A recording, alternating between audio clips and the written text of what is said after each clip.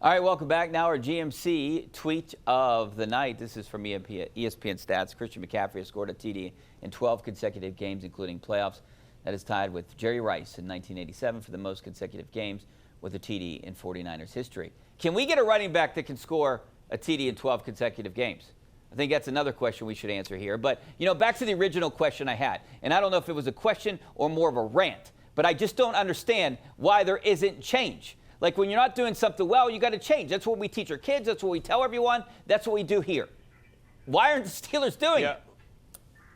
Yeah, what is it, Richie? The most oft-repeated cliche in these sorts of situations, the definition of insanity is doing the same thing over and over and expecting different results.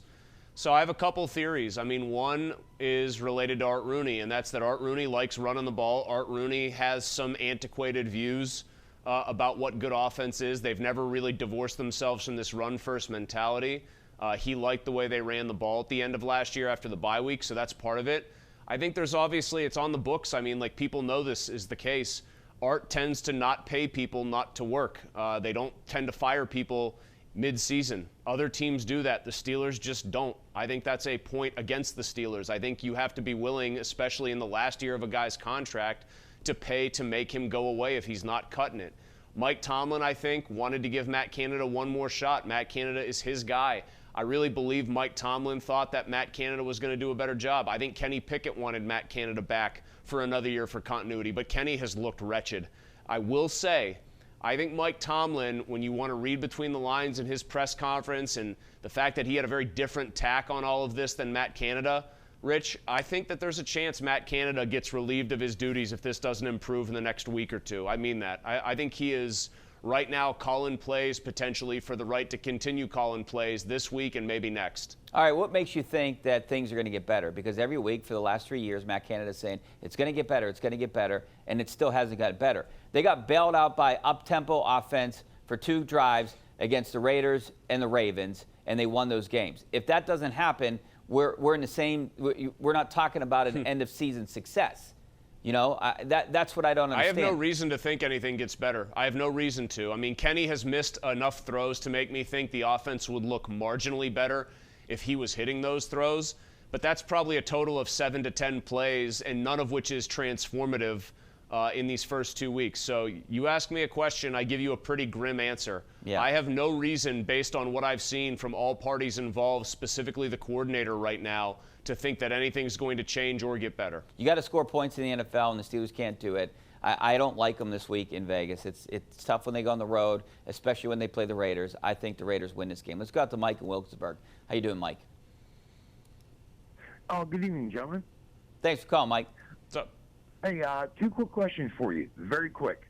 Why do you think the Steelers are not utilizing the tight ends, especially Pat Freiermuth, who's very good in my opinion? And also, what is going on with Najee Harris? I'll hang up and listen. You know to your what, comments. Mike? Those are 2 really good questions. I think we need to see more Jaylen Warren, or Najee Harris has to hit the hole and with authority and run a different way. I mean, I understand that he has a couple nice runs, maybe more than any other NFL running back right now of plus 20 yards. But, he's just not authoritative enough. I don't know I don't even know what word to use here. He dances Najee around. looks slow. Yeah. Okay, Najee looks there you slow. go. I mean, there's a slew of problems. He looked glacially slow even on a good run where he cut it back 17 yards, so that's one thing. Here's another stat for you, Richie. The Steelers haven't run the ball that much this year, to be fair. They have not pulled their guards on a single running play yet. So think about that. They have very athletic, very well-compensated guards who are supposed to be probably the 2 best linemen on their starting 5. They have not pulled Sayamalu or Daniels one time this year. So they're not doing any kind of athletic, aggressive blocking. They're kind of going passive with some of their blocking schemes, even for runs. Harris is never going to thrive there. They're running these outside plays for Harris. He'll never beat anybody to the edge. He's just not that fast. Warren does need to play more. As for Mike and Wilkinsburg's other question about Pat Freiermuth, in a way, that's more alarming. I thought he was supposed to be Kenny Pickett's safety blanket. I thought he was supposed to be sort of the guy that Pickett relied on. If George Pickens was covered, dump it down to Freiermuth. 2 catches, 5 yards in 2 weeks. I mean, it's inexcusable. You drafted that guy to be a major weapon, and the Steelers have no way to use him, apparently. And I don't know if you caught this today, Rich, but when Matt Canada was asked about Freiermuth, or no, it might have been Kenny Pickett, actually, excuse me, yesterday, he didn't really commit to throwing him the ball more. I thought it was really weird. I mean, he said, like, oh, should we get him the ball more? Maybe, we'll have to see, but there's other things that dictate who gets the ball. I thought that was crazy. They barely looked at him. Yeah, I was in on that interview, and I don't understand. I thought Pat Freiermuth is going to be, or was, or is going to be a star. You know, I thought he is athletic, maybe a Travis Kelce kind of tight end. Not saying that he is him, but, I mean, he should be your red zone target. He should be your guy in the middle of the field. And, hey, the one successful play that they had was what? Over the middle of the field, not outside the numbers. Let's go out to Jerry in Franklin. How you doing, Jerry? Hey, guys. Thanks for taking my call. A couple of comments. I have a friend who said that Seumalo in the past couple of games has spent so much time trying to help Cole out that he's not sustaining his blocks. And my friend thinks that Mason Cole is one of the worst centers in football. Second thing is, as I was watching the game the other day, it's like we don't throw the ball to Pickens. We don't throw the ball to Pickens. We don't throw the ball to Pickens. And all of a sudden, we throw to him like 7 or 8 times in a row, it seemed like.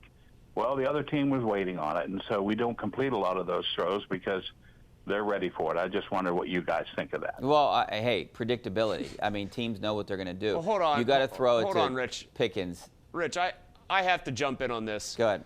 There's a lot of problems with this offense, but they threw it 10 times to Pickens. Yeah. The 4 that actually got caught were a 70-yard touchdown, like a 20-something yard gain, and then 2 other gains of good yardage. They averaged 31 yards a catch when they got Pickens the ball and he actually caught it. I'm not going to quibble about the fact that the guy went for 4 and a $128. Like, my concerns and qualms lie elsewhere with this offense. Mason Cole, I think, is kind of a league average center. I think that their blocking schemes right now are part of the problem. I think you could probably trace it back to teams not respecting Pickett, and I think you could trace it all back to it being still an incredibly predictable exercise. Richie, you said they don't throw over the middle enough. Here's another problem. Kenny Pickett has an okay arm, a good enough arm, but they keep throwing outside the numbers with him. Why? You're throwing a 30-yard pass to get 9 yards sometimes. What do you think his best pass was in that Browns game? Pure throw. Probably the dart outside to Calvin Austin, right, against tight coverage. Yeah. He fit one in there. That's like a 30 yards in the air throw to gain exactly 10. Where are the easy plays over the middle that good quarterbacks and good offenses find themselves running all the time? Yeah, I'm scratching my head over here, Chris. I just don't understand because I was so optimistic at the beginning of the year that something was going to change. And boy, was I fooled. I think everyone was fooled. And now we're here having the same conversation that we had for the last 2 years, every week, right? Every week. I mean, we just said this last week.